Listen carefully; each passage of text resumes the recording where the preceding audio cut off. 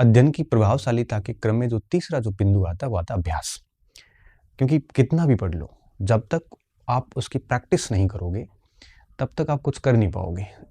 ये कुछ यूँ है जैसे आपने यूट्यूब से एक वीडियो देख लिया कि हाउ टू लर्न या how to drive a car.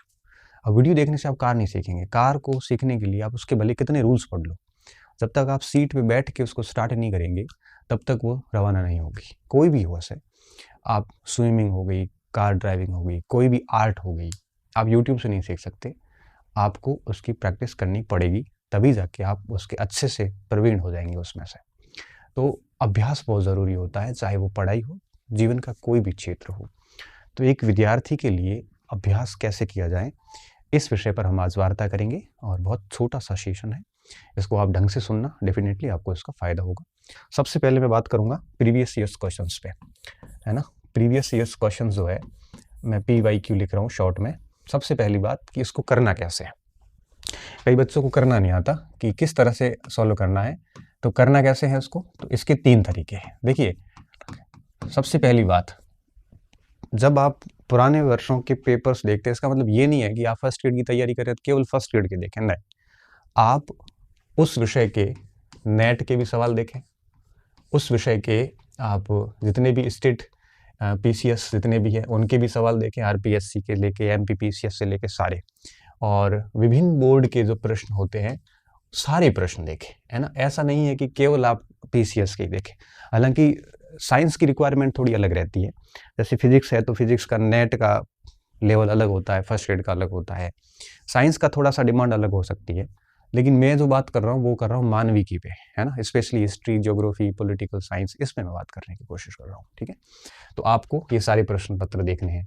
अच्छा, दूसरी बात इसमें ये भी आती है, अच्छा आपके पाठ्यक्रम में जो टॉपिक है उसी अनुसार देखोगे तो ज़्यादा बेहतर रहेगा, ठीक है। टॉपिक के अकॉर्डिंग देखें, है ना। पहली बात तो ये कि सारे पेपर्स देखें, दूसरी बात ये टॉपिक के अनुसार देखें। अब देखने का तरीका क्या रहना चाहिए, तीसरा बिंदु ये है कि आपको क्या करना है, सबसे पहले अपनी सामग्री पढ़नी है। जैसे सिंधु घाटी सभ्यता है, तो सिंधु घाटी सभ्यता के टॉपिक को बढ़िया तरीके से पढ़ लो अपनी सामग्री से। आपकी सामग्री आपके नोट्स भी हो सकते हैं, आपकी पुस्तक भी हो सकती है, जिसमें भी है। पुस्तक हो तो मैंने उसको पढ़ने के तरीके का वीडियो बना रखा है, और नोट्स हैं तो फिर वो तो पूरा ही पढ़ना ही होता है, ठीक है। तो क्या करना, सबसे पहले टॉपिक की सामग्री पढ़नी है ना। अब टॉपिक की जैसे सामग्री आपने बहुत बढ़िया तरीके से पढ़ ली। अब ये टॉपिक की सामग्री पढ़ लेने के बाद में आपको क्या करना है, वो टॉपिक उस पुस्तक से लेना है और उसके सारे के सारे प्रश्न सॉल्यूशन करने हैं। अब उसमें से उसकी व्याख्या दी होती है तो व्याख्या भी साथ में सॉल्यूशन कर लो।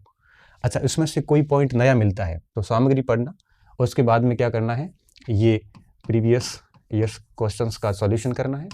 और जैसे ये हो जाता है उसके बाद में आपको क्या करना है, जो जो नए नए पॉइंट्स मिलते हैं वो अपनी सामग्री में ऐड करने हैं, कंटेंट में ऐड कर दो, ताकि बार बार वो पेपर देखने नहीं पड़ेंगे। सामग्री में क्या करना है, ऐड कर दो, और उसके बाद में वापस ये सामग्री एक बार पढ़ लो, ठीक है। इससे क्या होगा मैं आपको बताता हूँ, सामग्री पुनः पढ़ना। अब आपको ये चरण करने हैं, मैं आपको वापस इसको समझाता हूँ, ठीक है। तो जैसे पेपर्स लेके आ गए, जैसे हिस्ट्री की मैं बात करूँ तो यूथ ला सकते हो, SK पांडे है थोड़े पुराने, वो ला सकते हो। सौरभ चौबे के भी आते हैं, पप्पू सिंह के भी आते हैं, है ना। AGP के भी आते हैं, जो कोई भी लाओ लेके आ गए। अब टॉपिक के अनुसार आप उसमें सेलेक्ट कर लो, आप फर्स्ट ग्रेड की कर रहे हैं, कॉलेज की कर रहे हैं, जिसकी भी कर रहे हैं उसके निशान कर लो, ये टॉपिक कोर्स में है। फिर आपकी जो अध्ययन सामग्री आपके पास में है उससे वो टॉपिक पूरा पढ़ने के बाद में फिर पेपर को सॉल्यूशन करो। सॉल्यूशन करने के बाद में अब उसमें से कोई नई चीज़ मिलती है तो उस सामग्री में आप ऐड कर दो, ठीक है। जैसे कोई नया तथ्य मिल गया जो आपकी सामग्री में नहीं था लेकिन पेपर्स में है, उसको कर लो। अच्छा, कोई पेपर में त्रुटि मिलती है तो अपनी सामग्री के अनुसार उस त्रुटि को ठीक भी आप कर सकते हो। ये करने के बाद एक बार सामग्री फिर पढ़िए, सामग्री उसी समय वापस पढ़िए। वापस क्यों पढ़नी है, वापस जब पढ़ोगे तब आप जैसी अध्ययन सामग्री के ऊपर से गुजरोगे तब आपके मस्तिष्क में क्लिक करेगा कि ये सवाल उस साल पूछा गया है। इससे क्या होगा कि आप उन बिंदुओं को गौर करना शुरू करेंगे जिन बिंदुओं पे आपने पहले गौर नहीं किया था और परीक्षा में प्रश्न आया हुआ है। तो जैसी प्रश्न देखने के बाद में वापस सामग्री पढ़ेंगे तब आप गौर करना शुरू करेंगे। जब आप गौर करना शुरू करेंगे तब आपको एक समझ विकसित होगी विषय के प्रति कि क्या कैसे पूछा जा सकता है प्रश्न। तो इस प्रकार से प्रीवियस ईयर्स क्वेश्चंस करने हैं आपको, ठीक है। अच्छा, कोई प्रीवियस ईयर्स क्वेश्चंस में कोई गलती होती है तो आप अपने स्तर पे भी उसको ठीक कर सकते हैं। अब बात ये आती है कि इसके फायदे क्या है। अब इसका पहला फायदा ये आता है कि RPSC के जितने भी पेपर आते हैं उसमें लगभग 60% प्रश्न जो है वो आपके रिपीट होते हैं। कहाँ से रिपीट होते हैं? पुराने पेपर से होते हैं। तो 60% सवाल तो रिपीट हो जाते हैं, इससे ज़्यादा ही होते हैं, है ना। 50-60% प्रश्न पेपर आपको सीधा यहाँ से मिल जाता है, और उसके बाद बस 15-20% पेपर आपने अगर दूसरे स्रोतों से ले लिया तो आपका शानदार चला जाएगा। ठीक है, एक तो यहाँ पे रिपीट होते हैं। दूसरी बात क्या होती है, जैसे ही प्रश्न रिपीट होते हैं तो आपको क्या होता है कि एक एक बिंदु से आपका बहुत बढ़िया तरीके से होना शुरू हो जाता है। फिर आपको सवालों के नेचर पता चलते हैं कि लोक सेवा आयोग किस प्रकार के सवाल पूछते हैं। सवालों की एक नेचर जो होती है, एक प्रकृति जो होती है, वो आपको पता चलनी शुरू हो जाती है कि किस किस टाइप से प्रश्न बन सकते हैं। फिर जब आप टॉपिक को देखोगे तो सीधा सा टॉपिक देखने के बाद भी दिमाग में क्लिक करेगा, इसका ऐसे भी सवाल आ सकता है। और क्या होगा, इसमें एक कॉन्फिडेंस भी आएगा, है ना। कॉन्फिडेंस क्यों आएगा?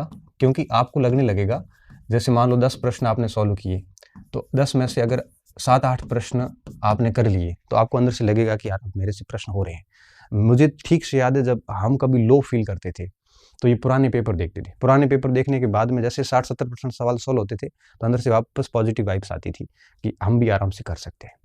तो कॉन्फिडेंस आता है यहाँ से। जब भी कॉन्फिडेंस की कमी होती है तब आप पुराने सवालों का समाधान सॉल्यूशन कीजिए, बड़ा शानदार लगेगा आपको। साथ में आपकी जो पाठ्य सामग्री है, आप जिसका भी यूज कर रहे हैं, उस पाठ्य सामग्री पे आपका भरोसा बढ़ जाएगा, है ना। अब जब पाठ्य सामग्री पे भरोसा बढ़ता है तो फिर क्या होता है कि व्यक्ति बहुत दिल से उसको पढ़ना शुरू करता है। कई बार क्या होता है कि मार्केट में ऐसे भी तत्व होते हैं जो आपको कई बार पाठ्य सामग्री से भटका देते हैं, लेकिन जब आप पुराने पेपर पढ़ते हैं, वहां से आपको प्रश्न मिल रहे होते हैं 80% 90%, तब आपको अपनी सामग्री पे इतना भरोसा हो जाता है कि आप उसको अपना सब कुछ मान के उसमें अपने आप को समर्पित कर देते हैं। और मैं मानता हूँ कि कोई भी सामग्री कमज़ोर नहीं होती, लेकिन आप अगर उसको तन्मयता के साथ पढ़ते हैं तो हर सामग्री आपको डेफिनेटली सिलेक्शन दे सकती है, बशर्ते पूर्ण विश्वास के साथ उसको पढ़ा जाए। एक तो इस पे भरोसा हो जाता है पाठ्य सामग्री पे। और एक और बिंदु जो इसका फ़ायदा क्या होता है, एक फ़ायदा इसमें ये एक और होता है कि ये सुविधाजनक है। मतलब ये हुआ कि जैसे ही आपका टॉपिक पूरा हुआ, आप रूम में बैठे-बैठे आराम से उसी समय अभ्यास कर सकते हैं। आपको किसी और जगह जाने की आवश्यकता नहीं है, बड़ा कन्वीनियंट है। कभी भी, जैसे मान लो कि आपको दोपहर 3 बजे आपने वैदिक सभ्यता पूरी कर ली, तो 3 बजे पूरी कर ली, तो उसके बाद आपने अपनी प्रैक्टिस सेट पुराना पेपर्स निकाले और वहाँ से वैदिक सभ्यता के सवाल शुरू किए, रात को 11 बजे तक पूरे कर दिए। अब कितना सुविधाजनक है, आपको कहीं जाने की आवश्यकता नहीं है। और फिर जैसे सवाल निकाले, 10 पॉइंट नहीं मिले, आपने अपनी सामग्री में ऐड कर दिए और दूसरे दिन वापस सामग्री को या उसी दिन वापस सामग्री को पढ़ लिया। तो एक तरह से टॉपिक की समझ बढ़ जाती है, रिवीजन हो जाता है, उसका अभ्यास भी हो जाता है। तो इस तरह से पुराने प्रश्न जो है, यह एक परीक्षा को पास करने के लिए ज़रूरी। मैं तो ऐसे लोगों को भी जानता हूँ जिन्होंने एक आधा बार सब्जेक्ट पढ़ा होगा, बाकी पुराने पेपर से ही वो यूँ कहिए कि अपने लक्ष्य को प्राप्त करने में सक्षम हो गए।